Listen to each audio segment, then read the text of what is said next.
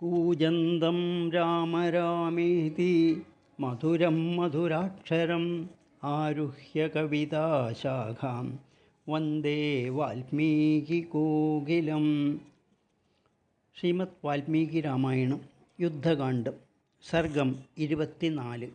ശുകവിമോചനം.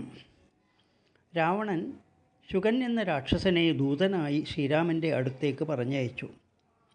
ശ്രീരാമൻ്റെ ആജ്ഞയനുസരിച്ച് വാനരന്മാർ ശുകനെ ബന്ധനസ്ഥനാക്കി. 5 ദിവസം കൊണ്ട് 100 യോജന നീളമുള്ള സേതു നിർമ്മിച്ചതിന് ശേഷം സേതുവിൻ്റെ മുകളിൽ കൂടി വാനരന്മാർ നടന്നു തുടങ്ങി. ശ്രീരാമനും ലക്ഷ്മണനും വാനര സൈന്യത്തോടൊന്നിച്ച് സുബേല പർവ്വതത്തിൻ്റെ മുകളിലെത്തി. വിചിത്ര പതാകകൾ പാറിക്കളിക്കുന്ന ധ്വജങ്ങളോടുകൂടിയ ലങ്കാനഗരിയെ രഘുപതി കണ്ടു. വ്യസനത്തോടെ സീതാദേവിയെക്കുറിച്ച് ചിന്തിച്ചു. സീതയെ ഇവിടെയാണല്ലോ ആ ഘോര രാക്ഷസൻ ബന്ധനസ്ഥയാക്കി വച്ചിരിക്കുന്നത്. ചൊവ്വാഗ്രഹം രോഹിണിയെ എന്ന പോലെ രാവണൻ മൈഥിലിയെ മറച്ചിരിക്കുന്നു. ശ്രീരാമൻ ലക്ഷ്മണനോട് പറഞ്ഞു, ലക്ഷ്മണ, പർവ്വതത്തിന് മുകളിൽ വിശ്വകർമാവ് സങ്കല്പമാത്രത്താൽ നിർമ്മിച്ച ലങ്കയെ നോക്കുക. പൂവും കായും നിറഞ്ഞ് പലതരം പക്ഷികൾ കൂവുന്ന അനേകം പൂവണിക്കാടുകൾ കൊണ്ട് ലങ്ക ചൈത്രരഥം പോലെ ശോഭിക്കുന്നു. മതിച്ച പക്ഷികളോടും മയങ്ങുന്ന വണ്ടുകളോടും കൂടിയ വൃക്ഷങ്ങൾ മന്ദമാരുതനിൽ ചാഞ്ചാടുന്നത് നോക്കുക.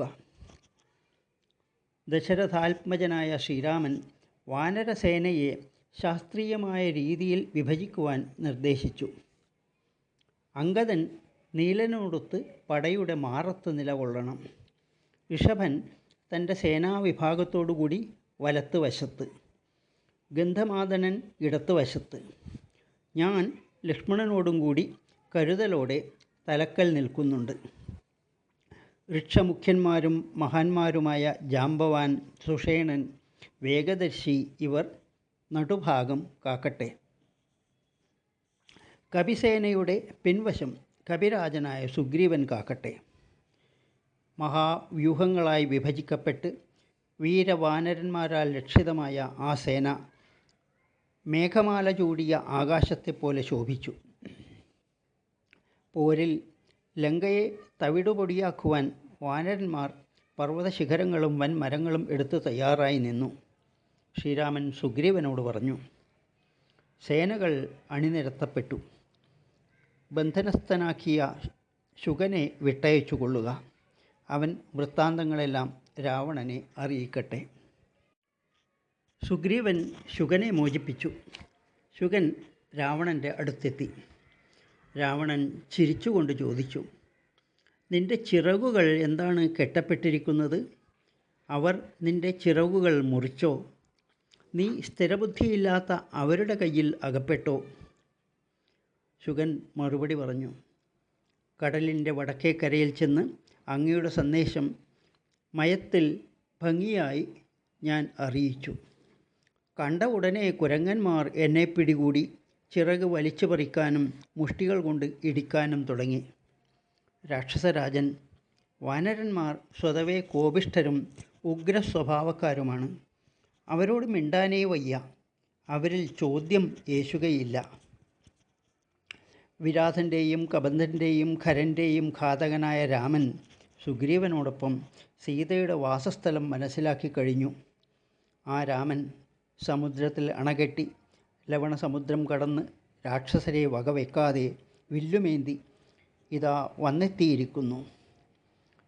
പർവ്വതങ്ങൾക്കും മേഘങ്ങൾക്കും സമന്മാരായ ആയിരക്കണക്കിന് വൃക്ഷവാനരഗണങ്ങളുടെ സൈന്യങ്ങൾ ഭൂമിയെ മൂടി നിലകൊള്ളുന്നു. രാക്ഷസസേനക്കും വാനരസേനക്കും തമ്മിൽ ദേവദാനവ സേനകൾക്കെന്ന പോലെ യോജിപ്പില്ല. ഒന്നുകിൽ സീതയെ അവന് തിരികെ കൊടുക്കുക, അല്ലെങ്കിൽ യുദ്ധം ചെയ്യുക. രണ്ടിലൊന്ന് തീരുമാനിക്കുക. ശുകൻ്റെ വാക്ക് കേട്ട് കോപം കൊണ്ട് ചുവന്ന കണ്ണുകളോടെ രാവണൻ പറഞ്ഞു, ദേവദാനവ ഗന്ധർവന്മാർ എനിക്കെതിരെ യുദ്ധം ചെയ്താലും എല്ലാ ലോകങ്ങളിൽ നിന്നും ഭയം സംഭവിച്ചാലും സീതയെ ഞാൻ തിരിച്ചു കൊടുക്കുകയില്ല. എൻ്റെ ശരങ്ങൾ രാമൻ്റെ ശരീരത്തിൽ എന്ന് പാഞ്ഞു കയറുമോ എൻ്റെ തൂണീരത്തിലെ അഗ്നിജ്വാല വമിക്കുന്ന ബാണങ്ങൾ രാമൻ്റെ ശരീരത്തെ എന്ന് ചുട്ടരിക്കുമോ അന്ന് വൻപടകളാൽ ചുറ്റപ്പെട്ട ഞാൻ അവൻ്റെ ബലത്തെ നിഷ്പ്രഭമാക്കും. കടലിനൊത്ത എൻ്റെ വേഗമോ കാറ്റിനൊത്ത എൻ്റെ കരുത്തോ ദാശരഥിക്ക് അറിഞ്ഞുകൂടാ. കാകോള വിഷമുള്ള ഉഗ്രസർപ്പങ്ങളെപ്പോലെ എൻ്റെ ആവനാഴിയിൽ ഇരിക്കുന്ന അസ്ത്രങ്ങളെ അവൻ ഇതുവരെ കണ്ടിട്ടില്ല.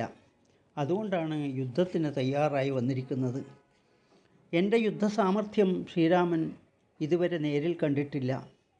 എടോ ശുക, സഹസ്രാക്ഷനായ ദേവേന്ദ്രനോ സാഗരാധിപനായ വരുണനോ സകല ജീവാപഹാരിയായ യമനോ വൻപടയോടുകൂടിയ കുബേരനോ ഇവർക്കാർക്കും യുദ്ധത്തിൽ ശരാഗ്നി കൊണ്ട് എന്നെ പരാജയപ്പെടുത്താൻ സാധ്യമല്ല. 24-ാം സർഗം അവസാനിച്ചു. ജാനകീ ജീവനസ്മരണം.